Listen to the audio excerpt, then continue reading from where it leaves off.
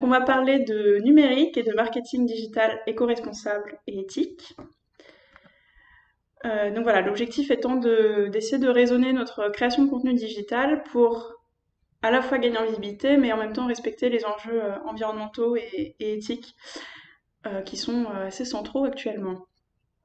Donc rapidement, pour me présenter et puis faire un petit disclaimer aussi, donc, je suis Bérénice Bieville, alliée de communication authentique et engagée. Donc, concrètement, je propose des prestations de rédaction web, SEO et création de contenu digital pour les entreprises du changement, donc toujours avec cet axe écologique qui est très central dans tous les projets que je mène. Et le petit disclaimer, c'est que je suis pas une pro dans le marketing éco-responsable, mais c'est quelque chose qui m'intéresse depuis plusieurs années, sur lequel je me suis pas mal documentée. Et du coup, je me suis dit que c'était intéressant de vous partager mes trouvailles et puis d'échanger aussi dessus pour qu'on grandisse tous ensemble sur ces thématiques-là.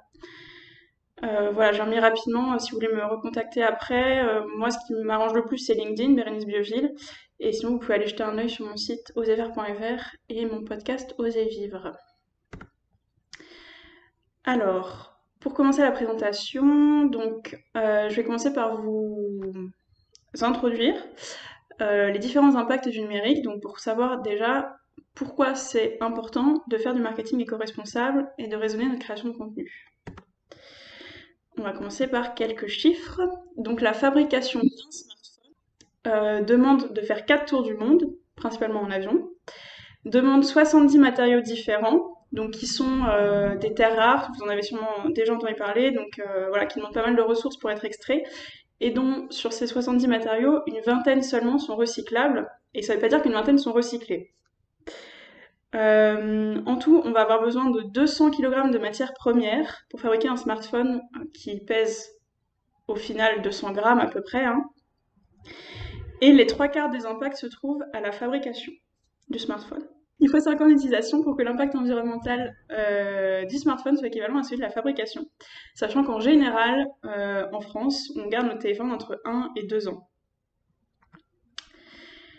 Et encore, pour continuer sur quelques chiffres, donc ça c'était pour un smartphone, et sachant que de plus en plus de personnes utilisent de plus en plus d'objets d'équipements informatiques. Donc en France, c'est 8400 ordinateurs vendus chaque jour. Dans le monde, on a 4,5 milliards d'utilisateurs de réseaux sociaux, 40 smartphones achetés dans le monde chaque seconde, et 50 milliards d'objets connectés, pareil, sur la planète en 2020. Donc voilà, c'est des chiffres qu'on a du mal à... Enfin, moi j'ai du mal à représenter tellement c'est des chiffres importants, mais voilà, c'est pour vous donner une idée de l'impact que ça peut avoir en fait. Et justement, les impacts, parlons-en. À votre avis, qu'est-ce qu'on peut avoir comme impact à cause du numérique, au regard un peu des chiffres que je vous ai donnés précédemment? Donc concrètement, quel type d'impact on peut avoir? Moi, j'ai retrouvé ça sur ces impacts-là, donc émissions de gaz à effet de serre, qui entraînent le réchauffement climatique dont on entend beaucoup parler. Donc pour vous donner un ordre de grandeur, le numérique émettrait environ 4% des émissions mondiales de gaz à effet de serre, donc qui est supérieur à l'aviation civile. On a un épuisement des ressources, donc en effet les ressources minières, les terres rares, métaux en tout genre, mais aussi du plastique et du verre. Consommation d'énergie, principalement du charbon, qui émet beaucoup de gaz à effet de serre. On a à peu près 10% de l'électricité mondiale qui est consommée par le numérique, donc je ne sais pas si vous vous rendez compte, c'est quand même assez considérable. On a aussi une grande consommation d'eau, donc pour la production d'énergie et pour l'extraction des ressources en grande partie. Une production de déchets qui sont non recyclables ou non recyclés. Et donc là, le taux de recyclage des déchets électroniques est de seulement 17,4%. Donc voilà, malgré ce qu'on nous dit de ramener les téléphones, etc., finalement on a un taux de recyclage assez faible. Et enfin, comme vous l'avez dit, l'exploitation humaine, et puis de manière plus générale, en effet, l'impact sur les populations humaines, que ce soit déplacement de population, j'ai pas mis rejets polluants d'ailleurs, mais c'est vrai qu'il y a aussi des rejets polluants et toxiques dans l'environnement, donc qui peuvent rendre malades les animaux, les plantes, mais aussi les humains qui habitent à proximité.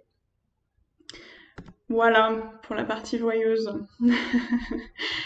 Et Donc du coup, tout au long du cycle de vie, on va avoir différents impacts.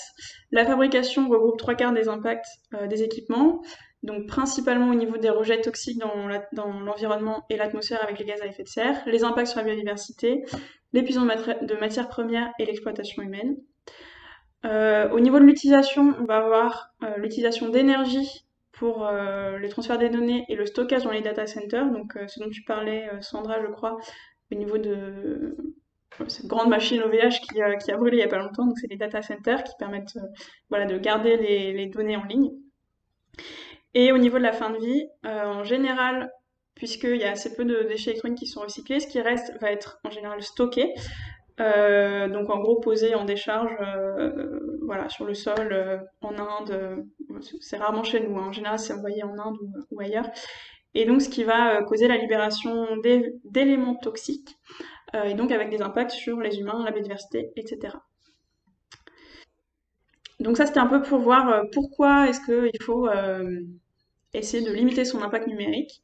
Et donc si vous voulez le petit moment ludique, je vais vous partager dans le chat une calculatrice pour évaluer l'impact environnemental de notre utilisation du numérique au niveau professionnel. C'est très rapide, hein, je crois qu'il y a 3-4 questions.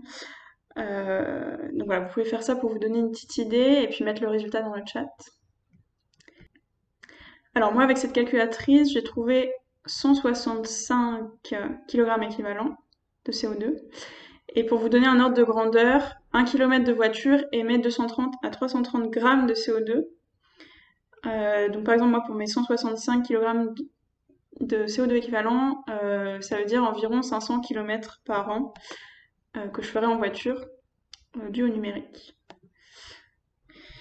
Donc voilà, ça donne un petit ordre de grandeur. Après, comme vous l'avez vu, c'est très rapide comme question et on ne prend pas en compte justement toutes les publications qu'on fait au niveau du digital, la communication, etc. Et donc ça, c'est ce qu'on va voir maintenant. Et avant, je vais vous donner quelques idées pour réduire cet impact environnemental une bonne fois pour toutes. Donc 3 étapes pour réduire son impact. Donc on en parle en numérique, mais c'est aussi 3 étapes qui se retrouvent dans beaucoup de démarches éco-responsables finalement. La première, ça va être d'éviter. Donc éviter tout ce qui est possible d'éviter et qui a tendance à polluer. Donc au niveau du numérique, ça va être limiter le nombre d'appareils, donc éviter d'acheter de nouveaux appareils, limiter le nombre de réseaux sociaux utilisés, et réparer et allonger la durée de vie de ces équipements pour limiter le nombre d'appareils aussi. Si vous avez d'autres idées, n'hésitez pas aussi à les mettre dans le chat ou à prendre la parole. Donc,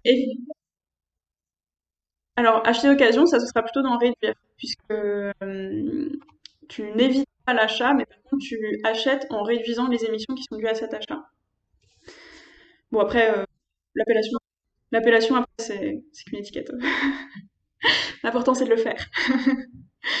Donc au niveau de réduire l'impact, moi j'ai mis réduire le nombre de publications, donc avec le slow content dont on va parler dans la suite de la présentation, ou stratégie éditoriale sobre. Le volume de données transférées, donc essayer de limiter le poids de ce qu'on envoie sur Internet. Choisir des acteurs éco-responsables, donc quelqu'un l'a mentionné dans le chat tout à l'heure, par exemple un fournisseur d'électricité verte pour le chargement, une boîte mail éco-responsable, etc. Et donc voilà, en effet, moi j'ai mis les équipements reconditionnés ou d'occasion dans cette partie-là.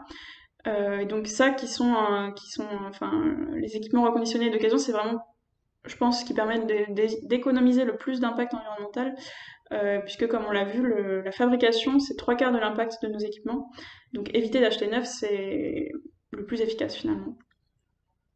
Et ensuite, une fois qu'on a évité et réduit toutes les émissions qu'on pouvait, la troisième étape, ça va être de compenser ce qui reste, éventuellement.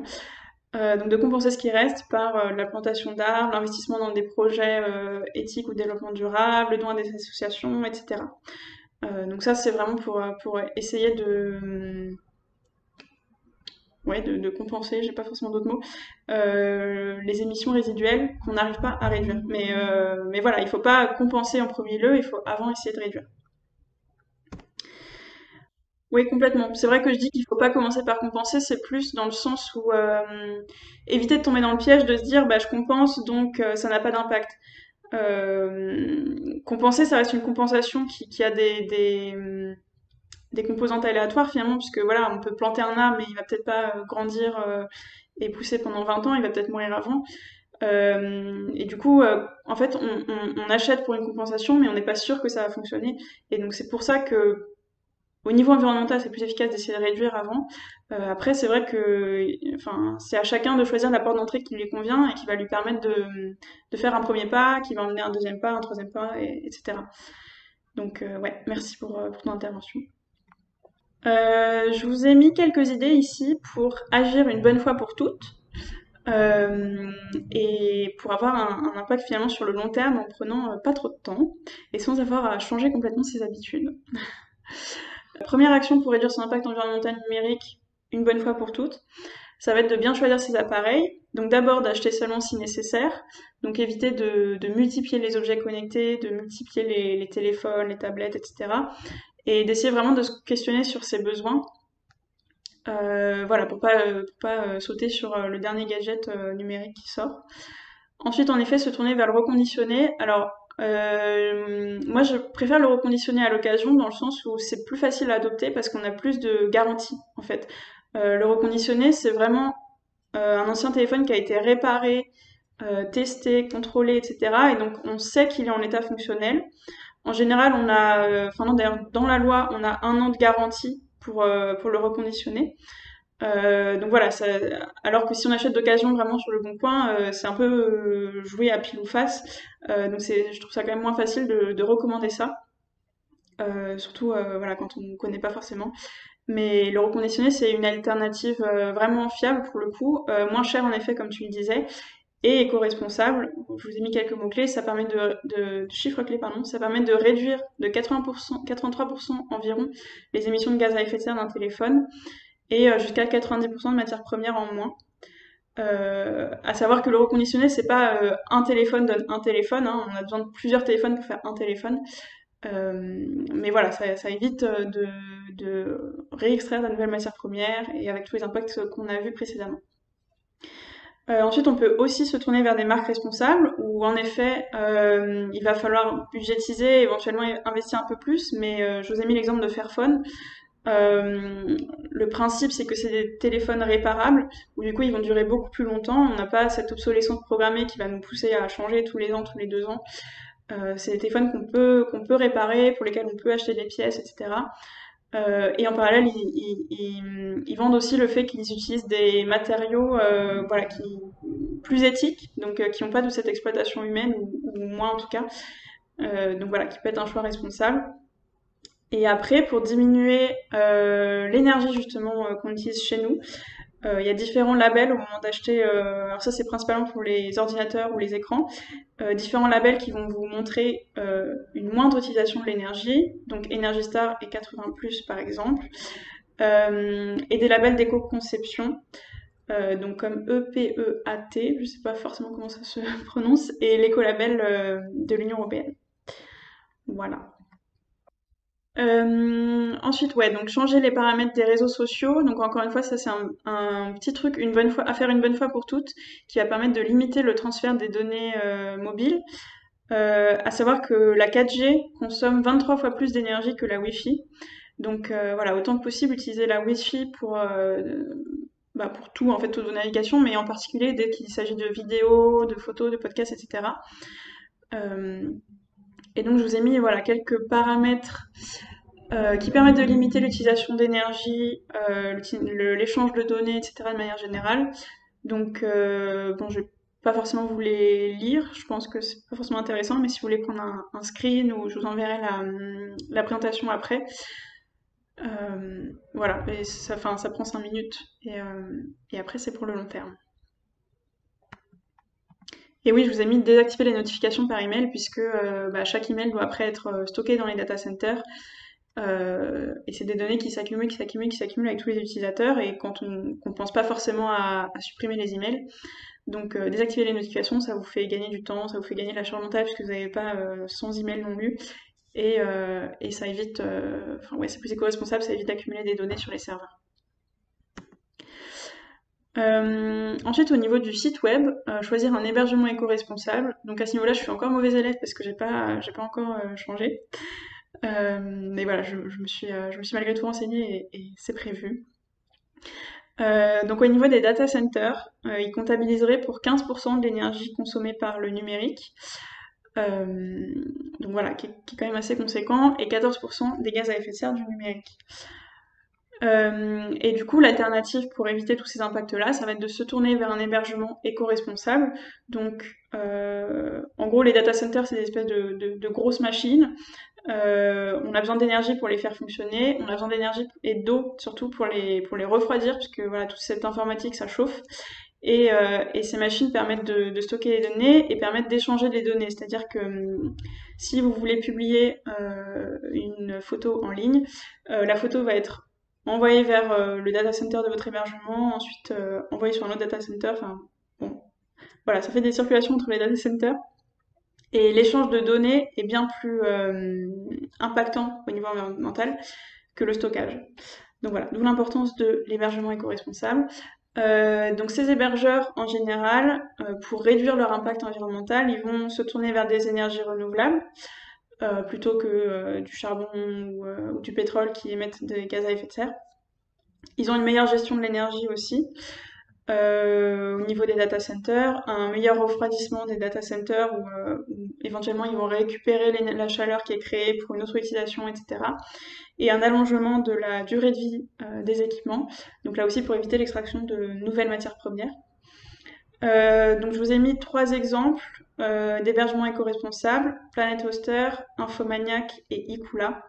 Infomaniac étant le plus utilisé, voilà, d'après les chiffres que j'ai trouvés. Voilà, et puis je vous ai mis une petite source, donc plus d'infos sur lafabriquedunet.fr si jamais ça vous intéresse. Et s'il y en a qui ont déjà utilisé un hébergement éco-responsable, n'hésitez pas à nous faire part de retours d'expérience à l'oral ou dans le chat. Euh, Ensuite, ouais, donc rapidement pour éco-concevoir son site web. Alors moi au début j'avais hyper peur de cette partie-là parce que je me suis dit c'est un truc de développeur et tout d'éco-concevoir son site web. Mais en fait il y a toute une partie, enfin je sais pas si on a des développeurs parmi nous, mais il y a toute une partie qui est vraiment sur la réflexion de ce qu'on met sur le site web. Et donc là encore avec l'idée d'éviter et de réduire les impacts. Et donc l'idée en fait c'est de faire un site avec le strict minimum pour atteindre les objectifs qu'on a donnés à ce site web. Donc réfléchir au maximum à quelles sont les fonctionnalités qui sont vraiment utiles pour éviter toutes les fonctionnalités et les contenus inutiles. Ensuite, réduire les ressources nécessaires du site web pour éviter de participer à l'obsolescence programmée, dans le sens où si votre site web a besoin d'énormément de ressources pour être chargé, ça veut dire que quelqu'un qui a un vieil ordinateur, il pourra pas charger votre site web, donc il va, enfin s'il y a beaucoup de sites web comme ça, il va avoir tendance à vouloir changer d'ordinateur parce qu'il n'arrive pas à naviguer sur le web. Alors que voilà, si on faisait tous l'effort d'avoir des sites légers, on n'aurait pas forcément besoin de changer aussi souvent d'équipement. Et ensuite, donc réfléchir au parcours utilisateur, toujours dans l'idée de supprimer des pages, des étapes, des contenus inutiles, donc pour qu'il n'ait pas à faire 50 clics différents, mais qu'il en ait que 3 à faire. Et donc là, en fait, vous voyez que l'éco-conception, c'est aussi beaucoup de simplification, de bon sens, de réfléchir vraiment aux besoins du site web et à non, pardon, aux objectifs du site web et comment les atteindre de la manière la plus évidente, la plus rapide possible. Donc voilà, c'est à la fois bon pour l'expérience utilisateur et à la fois bon pour la planète. Donc du coup, j'ai remis quelques exemples ici pour le site éco-conçu. Donc pour éviter l'inutile, par exemple, ça va être de supprimer les pages superflues. Donc si sur le site web il y a des pages qui sont pas forcément vues, qui sont pas forcément utiles et pertinentes, ça va être de réfléchir pour essayer de les supprimer, pour essayer d'être plus concis, etc. Supprimer aussi les actualités qui sont obsolètes au fur et à mesure. Ensuite, éviter les widgets gadgets, donc qui sont pas forcément utilisés par l'utilisateur. Donc par exemple Google Maps, enfin je sais pas vous, mais moi j'utilise jamais les widgets Google Maps sur la page contact. Les carousels aussi, il y a eu une étude qui disait que les gens en fait cliquaient très rarement sur les carousels pour voir les questions suivantes, les images suivantes. Donc voilà, c'est encore une fois du poids et des images inutiles. Et en général, pour ces widgets-là, en fait, c'est plus pertinent à la fois pour le poids du site et à la fois pour l'expérience utilisateur de remplacer ça par une image cliquable. Donc quand on clique, on va arriver par exemple pour Google Maps, vous mettez un screen de la localisation. Quand on clique, la personne peut aller directement sur Google Maps ou sur autre chose. Et comme ça, en fait, ça évite de charger les données pour tout le monde et ça les charge seulement pour les personnes qui ont cliqué sur l'image et que ça intéresse vraiment. Et pareil pour les extensions superflues. Donc moi je suis sur WordPress et je sais que voilà, il y a plein de gadgets, on a envie d'installer plein de trucs, on se dit que ça peut être utile et tout ça. Donc là aussi essayer de raisonner vraiment son utilisation, essayer de limiter le nombre d'extensions qu'on ajoute, puisque chaque extension va alourdir le site web. Et puis voilà la petite question piège aussi, le site web est-il indispensable? Puisque je pense que il y a certaines activités finalement où le site web n'est pas forcément indispensable. Et il peut être remplacé par d'autres moyens comme des pages LinkedIn, comme je sais pas, des pages sur les plateformes de freelance, etc. Donc je dis pas qu'il faut qu'on supprime tous notre site web, mais en tout cas c'est une question à se poser et pas juste se dire je vais faire un site web parce que tout le monde fait un site web et donc il le faut. Mais voilà, revenir à l'essentiel et se poser la question finalement. Ensuite, pour limiter la demande de ressources, donc alléger le poids des images. Moi, sur WordPress, j'utilise une extension qui s'appelle Image Optimizer, donc EWWW, je sais pas combien il y en a, Image Optimizer, et en fait qui permet, dès qu'on met une image sur le site, il va automatiquement la redimensionner pour en limiter le poids. Euh, Éviter aussi les vidéos intégrées dans les pages, puisque dans ce cas, quand la personne ouvre l'article, la vidéo se charge automatiquement, alors qu'il n'a pas envie forcément de regarder la vidéo. Et donc là encore, c'est plus pertinent d'avoir une image sur laquelle on va cliquer pour accéder à la vidéo. Alors à voir s'il y a moyen que ce soit un pop-up plutôt que la personne sorte du site. Mais voilà, en tout cas, au niveau de l'utilisation de données, c'est plus intéressant de faire une image cliquable et limiter le nombre de typographies. Donc ça c'est un truc que j'ai appris en faisant les recherches pour la présentation. Donc apparemment les typographies pourraient peser jusqu'à un tiers du poids d'une page. Donc voilà, essayer de voir si on a vraiment besoin de autant de typographies ou si on peut se contenter de quelques-unes avec plutôt des effets de couleurs et tout ça. Et ensuite, pour faciliter le parcours utilisateur, donc la première chose à faire, ça va être sur la page d'accueil de vraiment expliciter la proposition de valeur et l'unicité pour que la personne sache directement si ça vaut le coup de cliquer sur une autre page du site ou si ça l'intéresse pas et il faut qu'elle parte. Et ensuite, faciliter la navigation vers les pages importantes. Donc voilà, encore une fois, sur la page d'accueil, avoir un menu pertinent, avoir des liens vers les pages qui sont les plus pertinentes pour l'utilisateur selon sa typologie. Et donc là, ça demande vraiment de bien connaître sa cible, d'essayer d'imaginer les différents parcours utilisateurs qui pourra avoir selon son niveau d'intérêt. Et le rediriger vers ces pages-là directement plutôt qu'il ait à cliquer là, cliquer là, cliquer là pour trouver les pages qui l'intéressent. Voilà. Donc là, je vous ai mis quelques autres actions à faire une bonne fois pour toutes pour essayer de limiter l'impact numérique. Et en particulier, quelque chose qui me semble important à mentionner, c'est donc vous le savez peut-être, mais dès qu'on envoie une pièce jointe dans un mail, du coup ça fait du poids en plus, des données qui sont transférées en plus et qui sont ensuite stockées, et donc beaucoup plus de pollution. Et du coup, si vous avez un document que vous envoyez régulièrement, comme un récapitulatif de vos offres, un portfolio, une présentation ou que sais-je, et ben ça peut être pertinent d'envoyer un lien plutôt qu'une pièce jointe, donc de le mettre soit sur Google Drive, soit si vous avez un site média. Je crois que quelqu'un qui a... Non, j'ai cru que quelqu'un est arrivé. Soit de l'intégrer en média sur WordPress par exemple et d'envoyer le lien plutôt que la pièce jointe dans chaque mail. Donc voilà, vous avez une bonne fois pour toutes, vous avez à créer cette page, créer ce lien, à garder le lien de côté et puis envoyer ça plutôt que la pièce jointe. Et puis voilà, ça vous permet éventuellement de sensibiliser aussi vos clients à cette question-là du numérique en expliquant un petit peu votre démarche. Et pareil, moi par exemple, donc je suis rédactrice web, donc pour les articles que je rends, en fait, je les mets sur un drive et ensuite je les supprime. Et comme ça évite que la pièce jointe soit conservée dans le mail, puisque moi je peux supprimer mes mails, mais je sais pas si mon client va les supprimer. Donc voilà, je fais ce que je peux et je les mets sur un drive plutôt, en les gardant temporairement. Ou alors vous pouvez utiliser Framapad, où le document sera supprimé automatiquement après la durée que vous aurez choisie.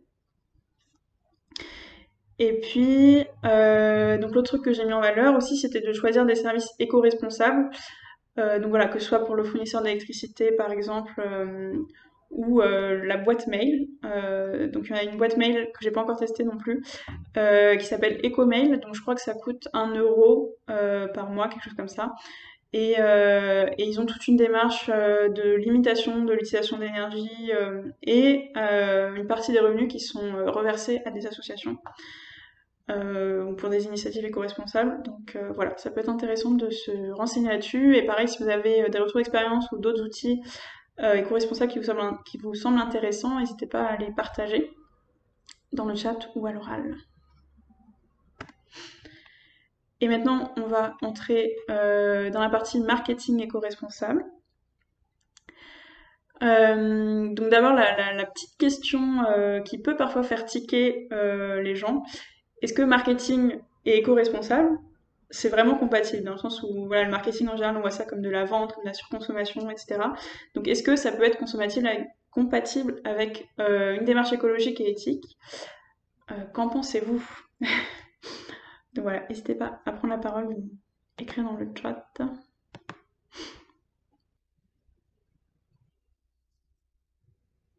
Mm. Ouais, je suis complètement d'accord. Bah, c'est à peu près enfin, l'idée que je voulais aborder, c'est que finalement le marketing c'est juste un outil qui permet d'influencer l'action ou d'informer, et que du coup utiliser à bon escient, ça peut justement être bénéfique puisque ça va apporter une solution, ça peut éduquer, ça peut rallier à une cause. Et du coup, en effet, en fait, toutes les actions de sensibilisation où on va essayer de faire changer le comportement des personnes pour un comportement plus éco-responsable et tout ça, finalement, c'est du marketing. C'est du marketing où on vend une idée, on vend une cause. Et du coup, voilà, en ça, le marketing, comme tu le disais, est indispensable finalement pour soutenir une cause, pour véhiculer des idées. Et c'est juste que voilà, c'est un outil qu'il faut utiliser à bon escient, avec conscience, et que si justement on définit nous une stratégie et des valeurs qu'on veut défendre à travers ce marketing, ça peut être finalement très bénéfique pour la cause plus globale à laquelle on tient. Les impacts des contenus digitaux, du coup, vont dépendre de trois paramètres sur lesquels on peut jouer. D'abord, le format.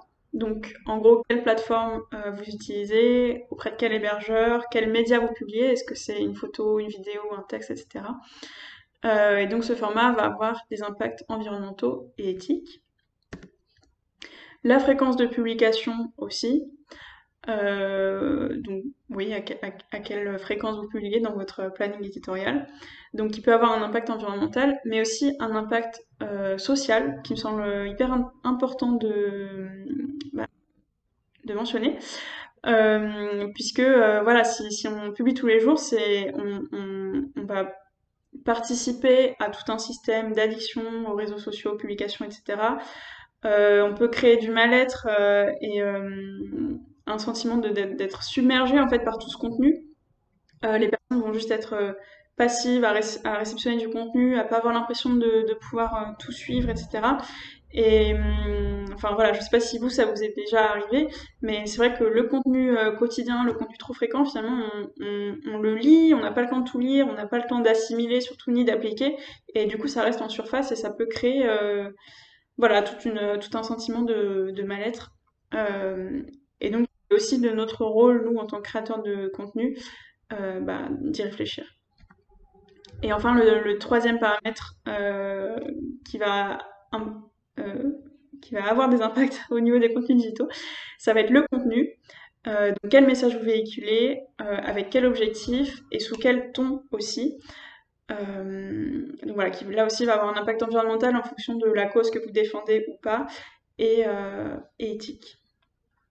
Et donc là, je vais vous proposer de prendre quelques minutes pour réfléchir, vous, à quel format de contenu vous créez en général, à quelle fréquence, et quel est le message que vous véhiculez à travers ces contenus-là. pour qu'on puisse après y réfléchir à comment finalement le rendre plus ou moins, enfin plus éco-responsable et savoir un petit peu d'où on part. Donc je vais vous laisser réfléchir à ça pendant quelques minutes. N'hésitez pas à prendre des notes, à partager éventuellement dans le chat si vous voulez, ou prendre la parole encore une fois.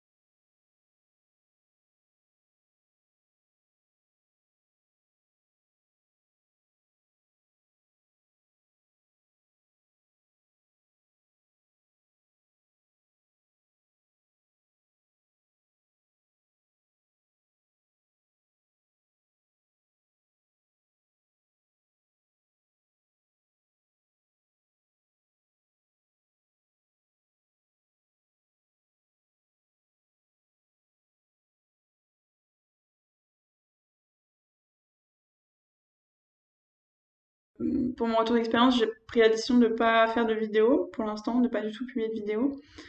Euh, et en fait, enfin, de ce que j'ai compris, la vidéo marche bien parce que les gens vont rester plus longtemps pour regarder toute la vidéo, mais finalement, si tu arrives à les garder sur un texte écrit, sur un audio et tout ça, ça peut avoir la même efficacité, quoi.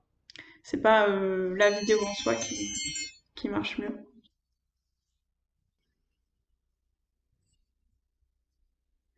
Ouais, je suis d'accord avec toi. Bah, c'est un peu ce qu'on va aborder là dans la suite de la présentation. Comment bah, continuer à communiquer en utilisant en effet les outils qui sont les plus pertinents, les plus utilisés, les plus visibles, mais en mettant quand même de la conscience sur nos méthodes pour pas avoir trop d'impact. Avoir la visibilité sans avoir trop d'impact environnemental, quoi, finalement. Donc voilà, maintenant que vous avez un peu fait l'état des lieux rapidement de votre communication, on va pouvoir voir comment améliorer tout ça au niveau impact environnemental et éthique. Donc 3 axes pour un marketing éco-responsable. On va récupérer à chaque fois le format fréquence contenu et voir comment est-ce qu'on peut adapter ces 3 paramètres pour avoir moins d'impact environnemental ou en tout cas un impact plus positif. Donc, encore une fois, utiliser des méthodes et des outils éco-responsables. Donc, limiter le poids des médias. Donc là, ça va être forcément, comme on l'a abordé dans nos discussions, de limiter les vidéos qui sont les plus lourdes, de réduire le poids des images. Et donc voilà, finalement, le plus léger, ça reste le texte, forcément. Et il faut trouver un équilibre entre l'impact qu'on peut avoir pour passer le message euh, et le poids de ce format-là. Éviter les plateformes les plus polluantes. Et donc là, il y a une étude qui est sortie il n'y a pas très longtemps, je ne sais pas si vous l'avez vu passer, sur l'impact carbone des différents réseaux sociaux. Donc attention, c'est le fil d'actualité des réseaux sociaux. Donc moi j'étais étonnée au début de voir YouTube aussi bas, alors que voilà, c'est des vidéos, forcément c'est hyper lourd. C'est vraiment au niveau du fil d'actualité, donc juste quand on scrolle pour savoir qu'est-ce qu'on va lire ou pas. Et comme YouTube ne lance pas automatiquement les vidéos quand on scrolle juste, voilà, ça explique l'impact assez léger. Et donc, bah, sans surprise, TikTok arrive en haut puisque voilà, c'est que des vidéos qui se lancent automatiquement, etc. Et donc là, vous pouvez voir un petit peu les plateformes qui ont moins d'impact parce qu'elles utilisent moins de données sur le fil d'actualité, qu'elles lancent pas forcément qu'elles lancent pas automatiquement les vidéos, par exemple, etc. Euh, donc, bah, je suis très contente de voir que LinkedIn est dans le vert parce que moi, c'est ce que j'ai envie d'utiliser le plus, c'est la plateforme qui me plaît le plus. Mais voilà, ça vous donne un petit peu un référentiel, donc avec Facebook, LinkedIn, Twitter en bons élèves, entre guillemets. Euh, voilà, à voir ce que vous voulez utiliser. Instagram aussi est plutôt dans la moyenne. Et après, tous les trucs de vidéo qui sont, enfin, TikTok, Reddit, j'utilise pas, Pinterest, qui sont beaucoup plus impactants. Voilà, et ensuite, donc choisir un hébergeur éco-responsable, comme on l'a abordé plus tôt pour le site web. Ensuite, pour la fréquence, envisager le slow content. Donc, on va en parler un petit peu plus tard, mais le slow content, ça va être vraiment, ou stratégie éditoriale sobre, ça va être vraiment de publier moins, mais mieux, comme je l'ai vu dans le chat. Donc voilà, de publier entre guillemets le minimum possible pour avoir l'impact qu'on a envie d'avoir et la visibilité qu'on a envie d'avoir, mais vraiment réfléchir à chaque contenu plutôt que de faire de la publication pour de la publication, quoi.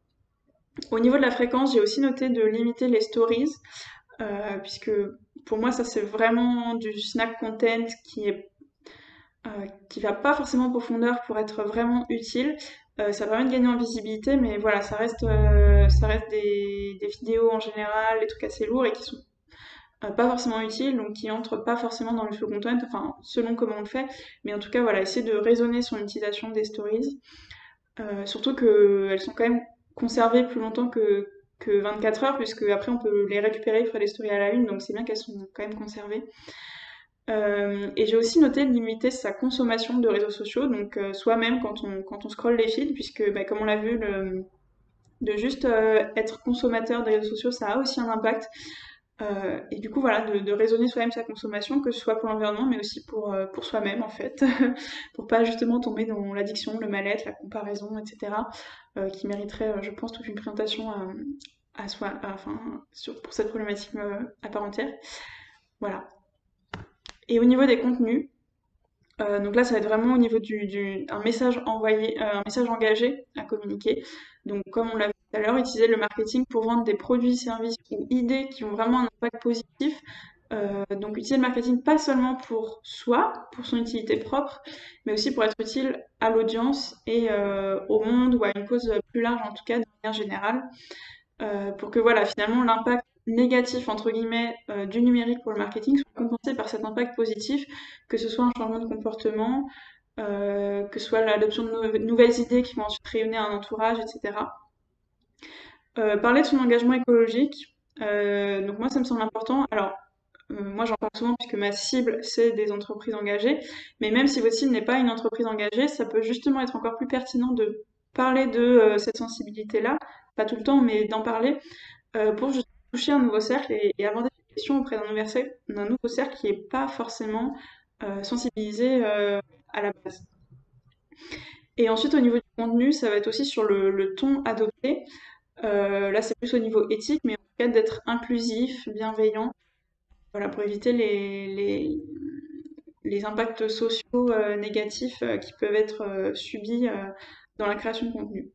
Euh, donc, je ne sais pas si vous avez d'autres idées que vous allez pouvoir partager maintenant. Euh, Justement avec un petit temps de réflexion, encore une fois, sur comment, à votre avis, et concrètement, essayer de trouver des actions concrètes pour rendre le marketing et la création de contenu plus éco-responsables au regard de ces quelques idées-là et puis des autres idées qu'on peut échanger et partager aussi. Donc voilà, encore une fois, n'hésitez pas à brainstormer, noter un max d'idées pour ensuite avoir de quoi choisir plus tard.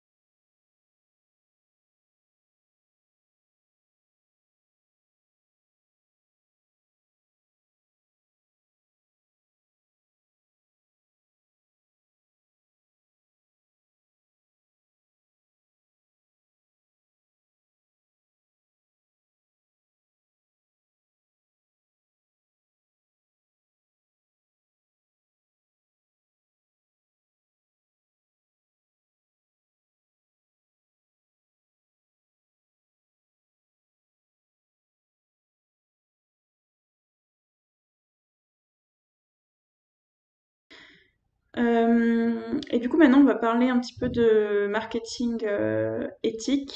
Donc voilà, moins au niveau de l'impact environnemental, gaz à effet de serre, déchets, tout ça, mais plus au niveau de l'impact social et éthique. Donc au niveau du format, là, ça va être d'utiliser des outils éthiques et donc en particulier limiter au maximum l'extraction de matières premières qui ont les impacts humains qu'on a mentionnés précédemment. Donc voilà, encore une fois, en limitant l'achat d'équipements neufs en particulier.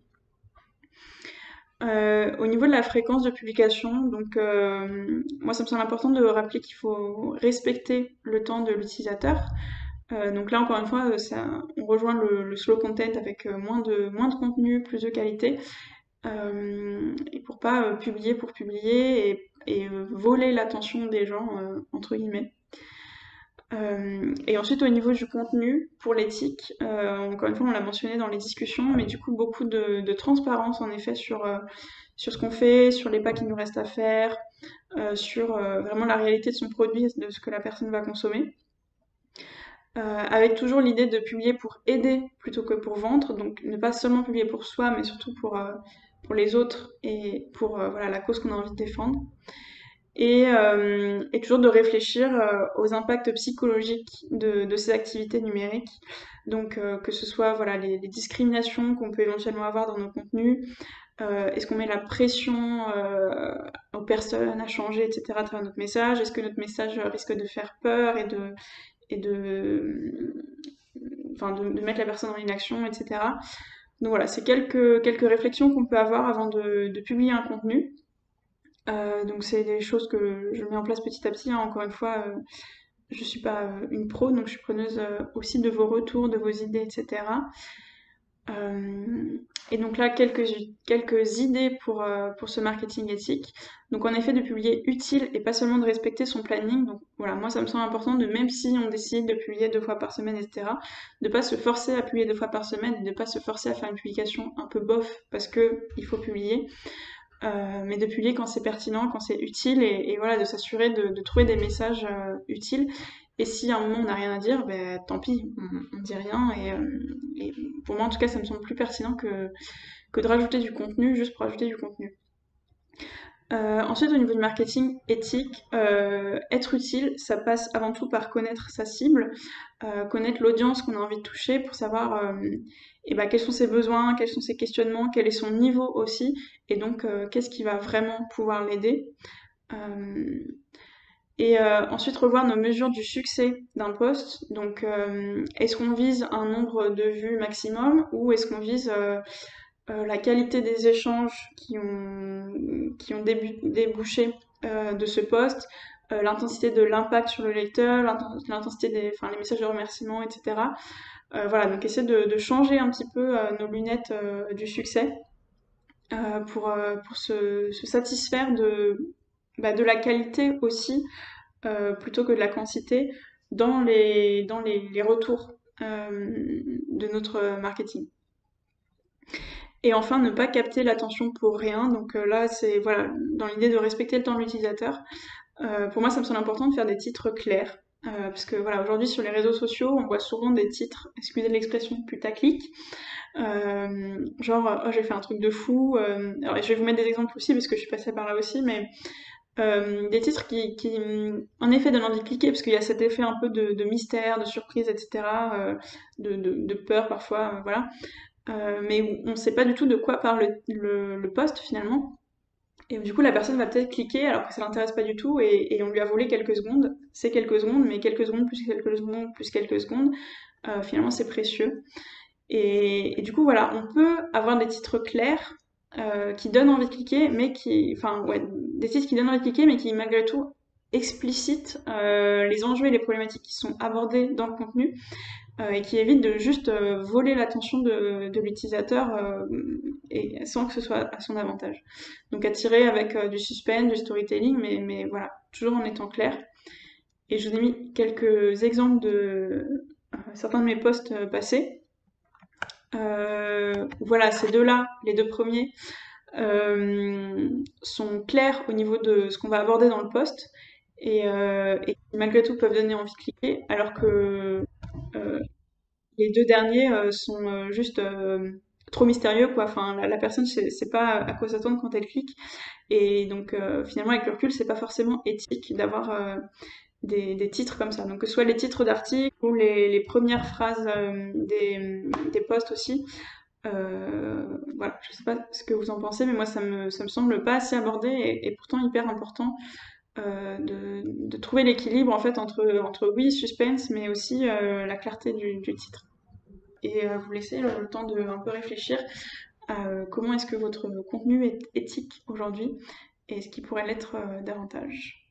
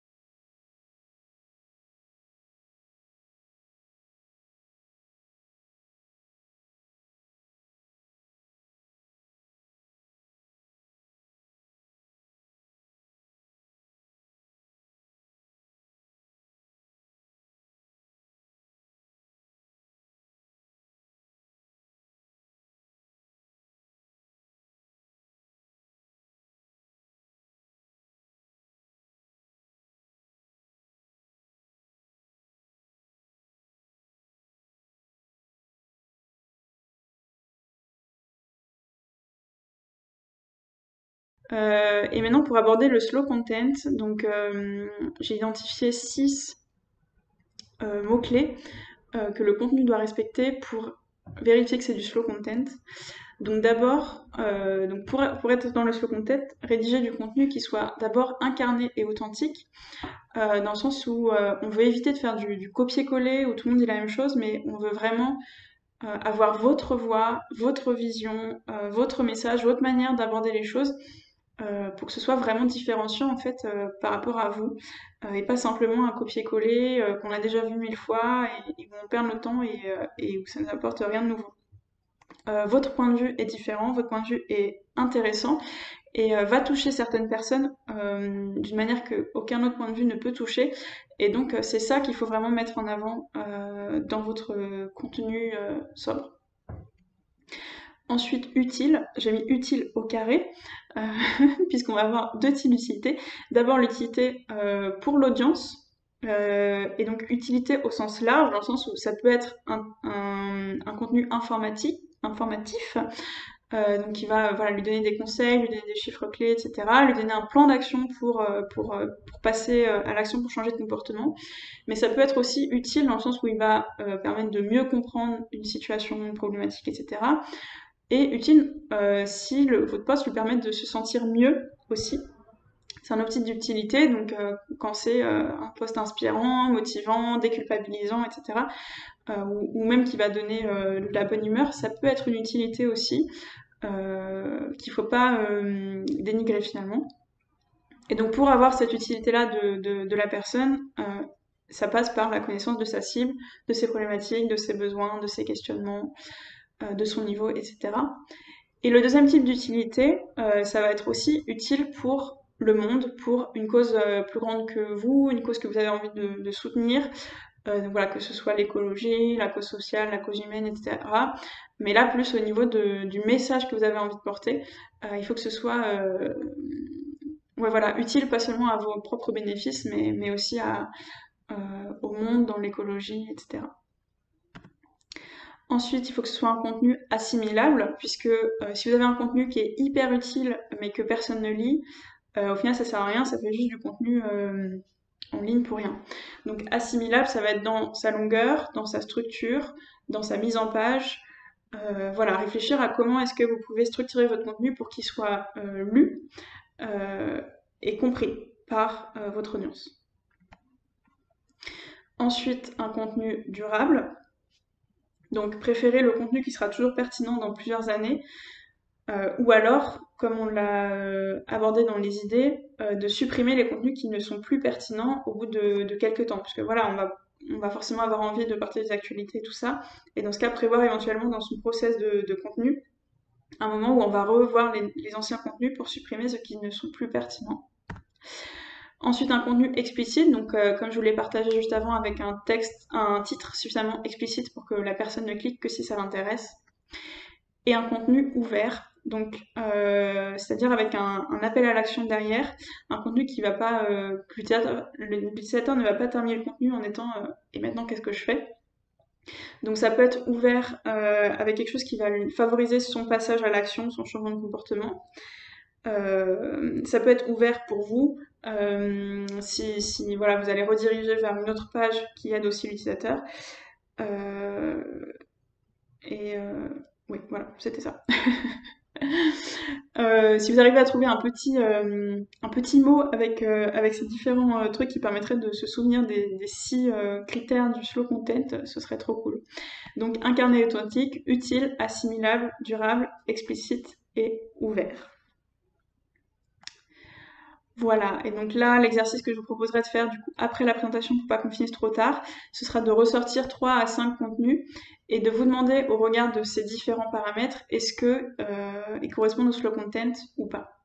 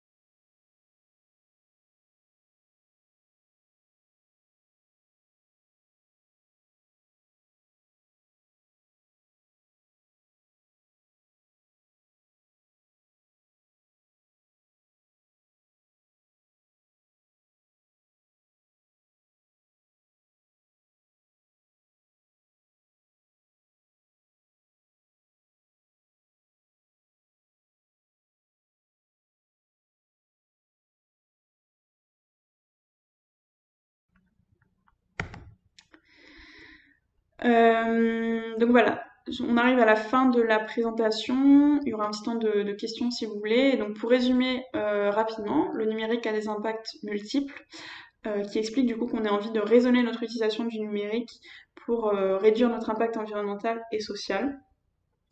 Il faut se souvenir qu'une grande partie de l'impact est au moment de la fabrication des équipements, donc c'est au moment de l'achat qu'on a le plus de pouvoir pour réduire notre impact environnemental, mais aussi au niveau de l'utilisation. Et pour réduire son impact environnemental, on va essayer d'abord de réduire, ensuite de limiter et enfin de compenser. Et au niveau du marketing et de la création de contenu, se souvenir que le marketing est un outil et donc on peut l'utiliser à bon escient pour communiquer un message positif et tout en limitant son impact négatif. Et que pour avoir une création de contenu plus éthique et plus éco-responsable, on va pouvoir jouer sur 3 paramètres qui sont le format, la fréquence et le contenu. Et enfin, je vous ai remis les 6 critères du slow content ou de la ligne éditoriale sobre qui sont incarné, utile, assimilable, durable, explicite et ouvert. Et donc, si vous avez d'autres questions, d'autres réflexions, vous pouvez m'en faire part. Bah, du coup, l'exercice que je vous proposerai après la présentation, du coup, encore une fois, pour essayer de finir à l'heure, ça va être de réfléchir un petit peu à 3 actions que vous pouvez mettre en place au regard de cette présentation, au regard de vos contraintes aussi, de où vous en êtes. Voilà, essayez de choisir 3 actions que vous pouvez mettre en place pour rendre votre marketing plus éco-responsable et éthique. Et donc encore une fois en fixant des petits pas possibles et smart, donc en répondant à quelle est l'action, combien, donc quels sont les chiffres clés que vous voulez atteindre, quand est-ce que vous allez le mettre en place, donc n'hésitez pas à planifier déjà votre action et aussi comment, donc en décomposant un petit peu les tâches en sous-tâches pour être sûr que vous le ferez. Voilà, et à la fin de la présentation, je vous ai remis quelques ressources pour aller plus loin. Donc que ce soit moi les sources que j'ai utilisées pour cette présentation, et puis voilà, d'autres contenus qui peuvent être très intéressants à regarder. Donc je vous recommande le MOOC INR numérique responsable qui est hyper complet au niveau des impacts du numérique et qui donne quelques clés aussi voilà, pour réduire son impact et un blog que j'ai découvert il y a pas longtemps sur vraiment la sobriété éditoriale et le site éco-conçu, etc. Donc cyclope-éditorial.fr. Donc je vous ai mis le lien sur la présentation. Et moi sur mon blog j'avais fait aussi un article écologie et technologie, les bonnes pratiques. Donc là c'est plus au niveau des équipements pour essayer de les garder plus longtemps. Euh, voilà, pour éviter d'en racheter trop souvent. Et puis c'est tout pour moi, je vous ai remis mes petits contacts, donc ça me ferait très plaisir d'échanger avec vous, de continuer à réfléchir à ces questions et tout ça, donc n'hésitez pas à m'ajouter sur LinkedIn, m'envoyer un petit message, et de toute façon on se retrouvera sur la communauté. Mais voilà, du coup, merci beaucoup d'avoir participé à la présentation, ça m'a fait très très plaisir de partager tout ça avec vous, d'échanger, d'avoir plein de nouvelles réflexions. Du coup, j'ai tout noté. Je vais essayer de compiler un petit peu toutes les ressources que vous avez partagées. Euh, et puis voilà, j'espère que ça vous a plu. Merci à toutes. Salut, bonne soirée.